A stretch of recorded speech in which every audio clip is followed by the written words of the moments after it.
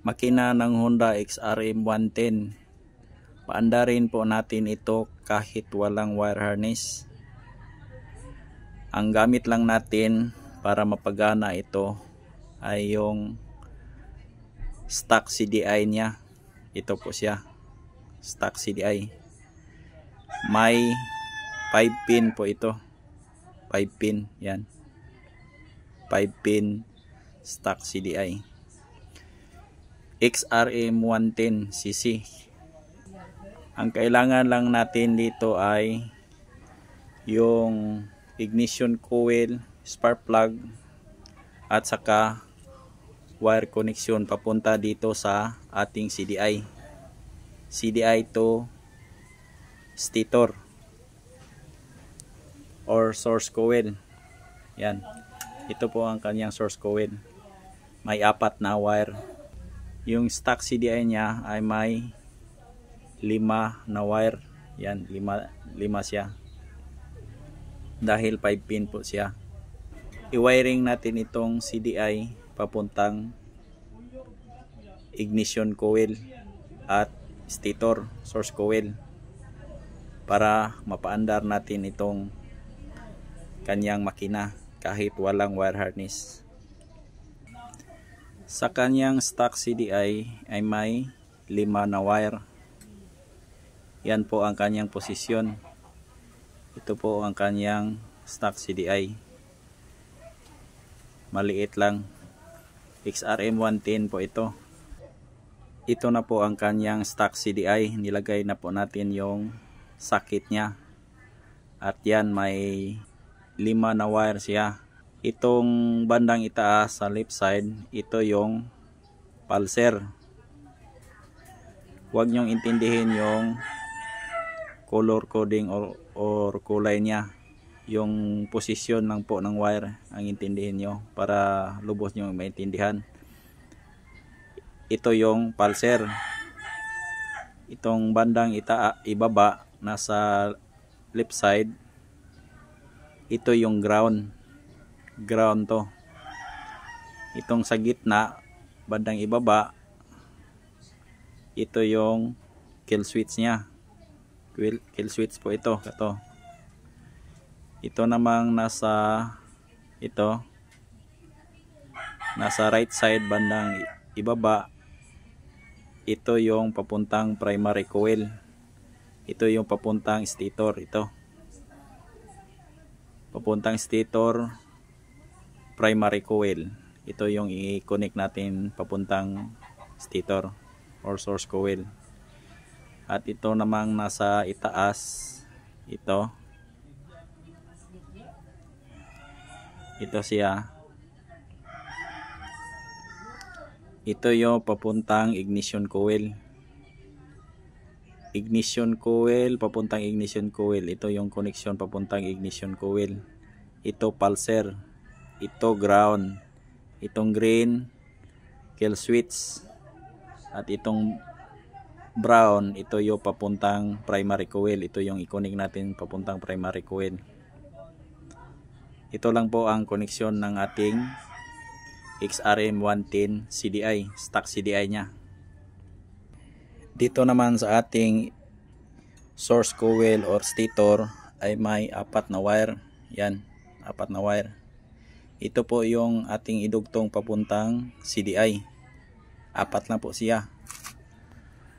Yung white, itong white, ito po yung papuntang charging coil, papuntang regulator po ito. Itong brown, itong yellow, ito yung papuntang light coil. Light coil po ito. White, charging coil, yellow, light coil. Itong dalawa papuntang regulator. Pero sa ngayon wala po tayong regulator.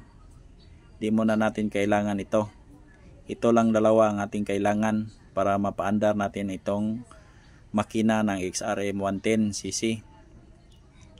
Itong red na may stripe na black, ito yung primary coil. Ito yung idugtong natin papuntang primary coil ng CDI. Ito. At ito namang yellow na may stripe na blue, Ito yung papuntang CDI rin. Ito yung pulser papuntang CDI. Pulser po ito. Ito yung primary coil. Ito lang dalawa ang kailangan natin para mapaandar natin itong makina ng XRM 110cc. At meron tayong naka-ground, body ground po ito, negative. Yan. Ito yung i-connect natin sa CDI, ground ng CDI or negative ng CDI. At dito naman sa ating yan, ignition coil. Dito yung galing sa CDI, dito natin i-connect sa may ignition coil. Naka-ground na rin siya. At yan lang ang ating kailangan para mapagana natin itong makina ng XRM 110cc.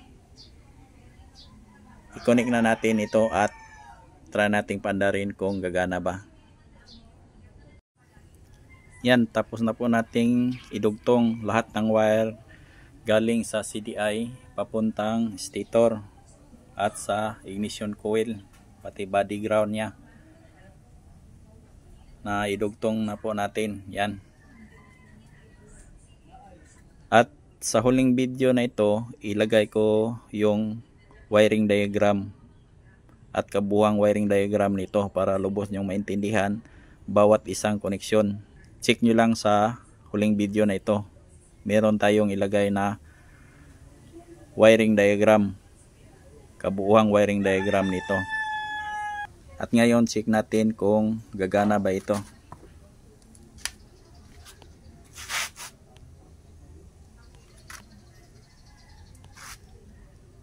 Nilagyan na rin natin yung karburador ng gasolina.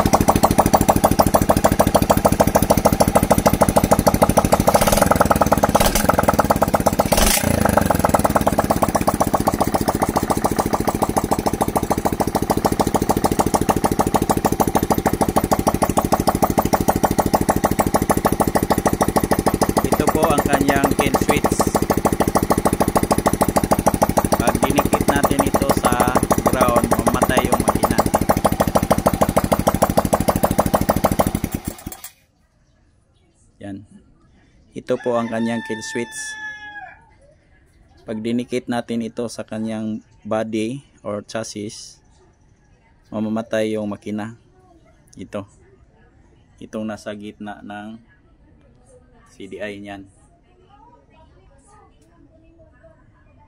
Yan. Yan po ang kill switch. At umandar yung makina natin, meaning okay yung ating wiring connection.